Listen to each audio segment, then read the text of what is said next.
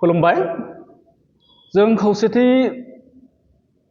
बर' सुबुं आफादा दिनै जों मानो बिजेपि हान्जाखौ सापर्ट खालामदो बेनि आं फंनैसो बुंनो सानदों। दिनै बिथांमोना जोंनि जिथुबा दाबिफोर दङ बे दाबिफोरखौ सुफुंनो थाखाय नाजागासिनो दङ आरो जोंनि लुबैनायफोरखौ बिथांमोना मावबोगासिनो दङ।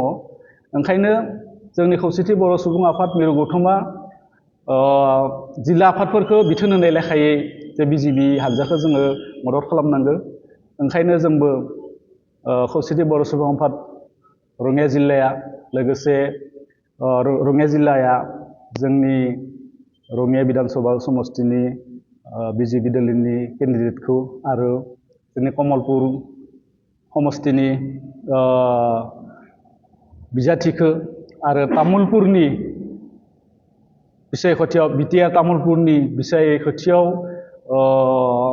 बिजाथि मोननाय मानव गेदेर बिस्वजित दैमारि सारखौ जों बिथांमोनखौ जोङो सापर्ट खालामदों। जोंनि एरियानि जिहेतु बिथांमोनाबो खाथि खाला जायो।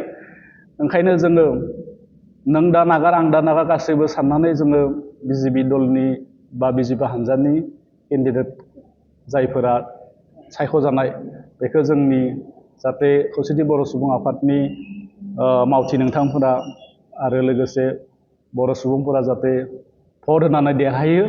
मानो होनोब्ला बिथांमोननि नाजानायाव जोंनि खौसेथि बर' सुबुं आफादनि किसुमान डिमान्डफोरा जानो थांगासिनो दङ आरो BKWCआ जाहाथे आबुं महरै इलेक्सन गेलेनानै जों जाहाथे मोनो बेनि थाखाय जोङो बिथांमोना जोंखौ रोजा रोजा मदद खालामदों। ओंखायनो आं दिनै खौसेथि बर' सुबुं आफादनि जानानै गासै रायजो राजाफोरखौ खावलायहरदों जाहाथे फैगौ दिनाव जाहाथे 9 एप्रिल सानाव जोंनि आसाम बिधानसभानि इलेक्सन जानो थांगासिनो दङ।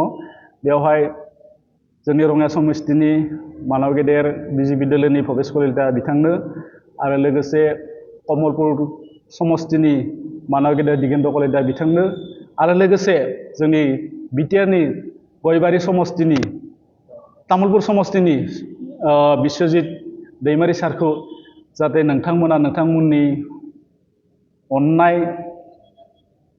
अननायखौ होनानै बिथांमोननि जा सावगारि दङ बा बिजेपि बिथांमोननि दोलोखौ जाहाथे जोङो भट होनानै देरहानो हायो बेनि थाखाय गासै रायजो राजाफोर नोंथांमोनखौ खावलायहरनाय जाबाय। लोगोसे गासै रायजो राजा नोंथांमोननिसिम जोंनि खौसेथि बर' सुबुं आफादनिफ्राय अननाय सिबिनाय खुलुमनायखौ बावहरनानै जाहाथे बिथांमोना बांसिननिफ्राय बांसिन भट मोननानै जाहाथे देरहानानै असम बिधानसभायाव जोंनि गांनाय उखैनाय जोंनि डिमान्डफोरखौ जाहाथे सुफुङो बेनि थाखाय रायजो राजा नोंथांमोनखौ खावलायहरदों आरो जोंबो आसा खालामदों बिथांमोना आफा इसोर बोराइ बाथौनि अननायाव जाहाथे देरहाबोगोन। जोंबो बिथांमोनसिम मोजां हामलायनायखौ बावहरबाय। फैगौ बिसायख'थियाव जुदि बिथांमोना मोजाङै मोजां भट मोननानै बांसिननिफ्राय बांसिन भट मोननानै जोंनि रायजो राजाफोरनि सापर्ट मोननानै जाहाथे बिथांमोना देरहायो बेनि थाखाय आं बिजेपिनि भट होनांगौ ना नोंथांमोना इउपिपिआव आरो बिजेपिनि गेजेराव माबा मोनसे बुजाबुजि दंलायो नामा?